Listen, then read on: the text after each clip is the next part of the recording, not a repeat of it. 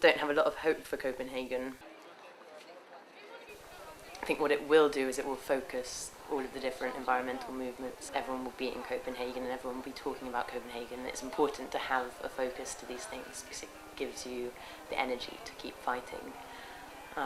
And the support, you can see other people doing it in different places and it makes you feel that you're not just one voice or one group. I don't think Copenhagen will be a success. I think hopefully what it will do is it will kick-start a grassroots uprising where we say, oh my god, we were leaving it up to the politicians and we were waiting and hoping and everyone was praying on Copenhagen and now that's failed. So now we really have to start doing things ourselves and we have to make it clear that that can never happen again, that the politicians can't have an international meeting about climate change and come out with nothing because we haven't got time to waste. So I'm hoping that it will galvanise a big reaction, but I think that's all it can do. My project in activism has always been to bring it to a larger audience and to make it something popular, to make it cool, to make it fun, to make it something that's in lifestyle magazines rather than activist newsletters. So I want to keep doing that, and it's kind of horrible. I think people, not many activists would speak the way that I speak because a lot of them have a very strong anarchic ideology, which I really respect, and it's a very pure position to take. But I think in the short space of time that we have, we definitely don't have time to be pure. Because the world isn't pure. So I think it's a lot about dancing with the devil and teaching the devil how to dance. And a way of doing that for me is to use the profile that I've got and try and increase it and increase its reach.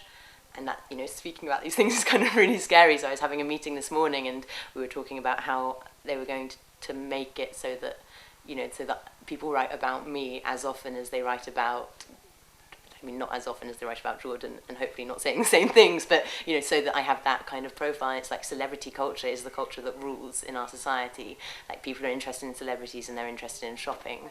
So if you can make a celebrity more of a role model than just something that we read about and, have emotions about, that can actually create something whereby it's someone who they respect and who they kind of want to be, or it's gross and it's scary and it might be a really awful idea, but I think that basically I kind of want to be everywhere, like be impressed, and just because it's like this society is all about individual stories. You can lie for each day, over the way, far away.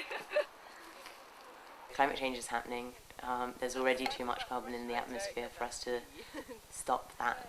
There are so many different scientific reports and some are more apocalyptic than others, so it's difficult to really predict it. All we can really know is it's getting much worse, and it will get much worse so much faster if we don't do anything. If climate change happens, we're going to have a massive immigration problem, like bigger than we've got now, and already we have people saying close the borders, shut them out, and throw out all of the other people who have been here for however long. So I just think that where we're moving towards is a place that could just be a complete catastrophe, and it's those steps that I fear, like the step where we have a BNP MP, where we have a BNP majority, where the media are suddenly supporting the BNP, where where there are camps. So it's like those, each of those steps terrifies me, and the end point is the apocalypse vision. But I more fear what will happen to the human spirit along that path.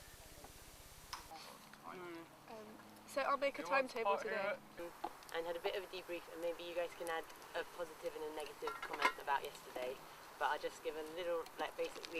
Before I began all this, I left university and thought that I was going to be trained to be a priest, and I spent a year working in a church, and the reason why I left that church and stopped thinking about training to be a priest was because I became aware of climate change. I'm going to be largely on doing the blog, because I think it's a really important thing that's not being done. What became clear to me was that the world needs a lot more climate campaigners and climate activists than it needs priests. It's like there are enough priests and they're actually not, they don't seem to be all that interested in climate campaigning. So I stopped thinking about being a priest and started thinking about being a climate campaigner. But what I think in the long term we've got 7 years to kind of swing this around. After that, there's no point in climate campaigning, and there will be a much bigger point in more priests and better priests and people helping people cope spiritually with what will be happening in our world. So I think then it's back to doing that.